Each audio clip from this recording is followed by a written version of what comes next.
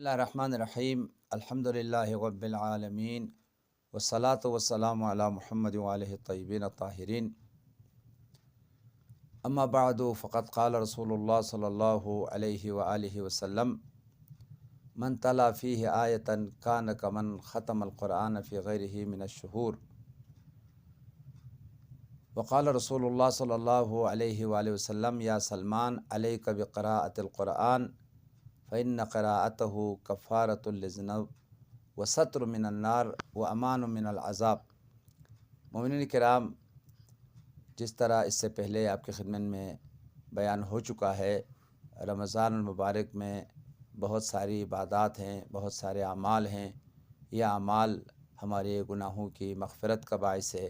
درجات کی بلندی کا سبب ہے، اور خدا کی رضا اور خوشنودی کے حصول کے لیے اہم ترین ذریعہ اور اہم ترین وسیلہ یہی اعمال ہے جن کا حکم دیا گیا ہے رمضان المبارک میں، جن میں سے روزہ ہے، جن میں سے قرآن پاک کی تلاوت کرنا ہے، دعا کرنا ہے، افطاری دینا ہے، صلہ رحمی کرنا، رشتہ داروں کے ساتھ اچھے روابط پیدا کرنا، اور اپنی تربیت کرنا، اپنے اخلاق کو سنوارنا، اور اسی طریقے سے رمضان المبارک میں غریبوں، مسکینوں، یتیموں پر توجہ دینا، ان کی زندگی کی ضروریات کو پورا کرنا۔ بخصوص رمضان المبارک میں قرآن پاک کی معرفت حاصل کرنا، قرآن کو سمجھنا، قرآن کو پڑھنا اور آیات الہی پر عمل کرنا، یہ رمضان کے اہم ترین اور عظیم ترین اعمال میں شامل ہے۔ سرور کائنات نے بہت زیادہ مسلمانوں کو، خاص طور پر مومنین کو اور عالم اسلام کو جو ہے قرآن پاک پر توجہ دینے کی، قرآن پڑھنے کی، قرآن سیکھنے کی اور قرآن کو سکھانے کی بہت زیادہ سرور کائنات کی زندگی میں تاکید ہے۔ چنانچہ جب اصحاب نے سرور کائنات سے پوچھا، سوال کیا، یا رسول اللہ، آپ کی امت میں سے افضل ترین اور بہترین انسان کون ہے جس کا خدا کی بارگاہ میں بہت عظیم مقام مرتبہ ہے؟ تو سرور کائنات نے اس سوال کا جواب دیتے ہوئے فرمایا، خیرکم من تعلم القرآن وعلمہ، تم میں سے بہترین اور افضل ترین انسان وہ شخص ہے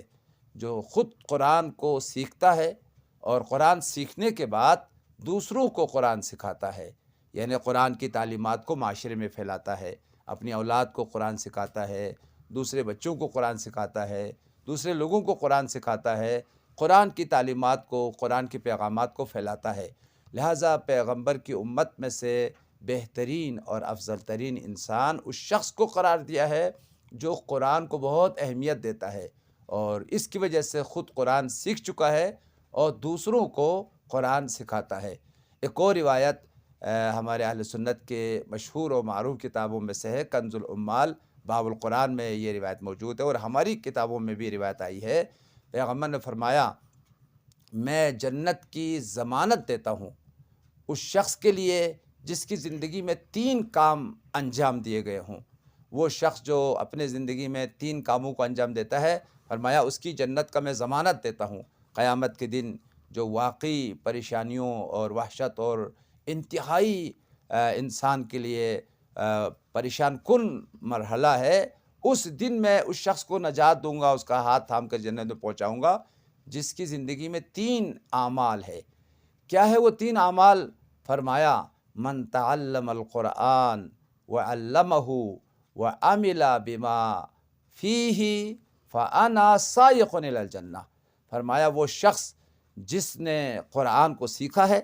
بہترین طریقے سے قرآن پڑھتا ہے اور قرآن سیکھ چکا ہے، قرآن سمجھ چکا ہے، اور پھر وعلمہ،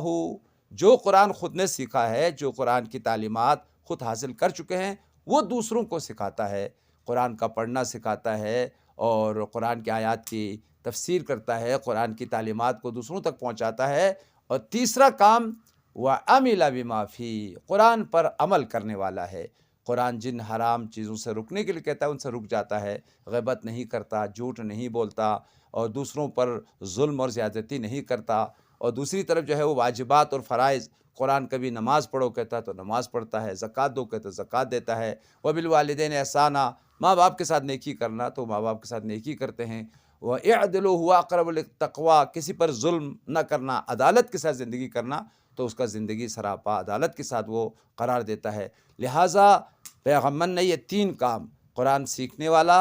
قرآن سکھانے والا اور قرآن پر عمل کرنے والا، ان کو جنت کی ضمانت دی ہے۔ لہٰذا کوشش کیجئے رمضان المبارک میں زیادہ سے زیادہ قرآن سیکھیں، قرآن کی تلاوت کریں اور پھر دوسروں کو بھی قرآن سکھائے، اور سب سے اہم ترین کام قرآن کو سمجھنا ہے اور قرآن پر عمل کرنا ہے۔ بارگاہ الہی میں دعا ہے ہمیں اس عظیم کتاب کو سیکھنے کی اور سکھانے کی توفیق عطا فرمائے۔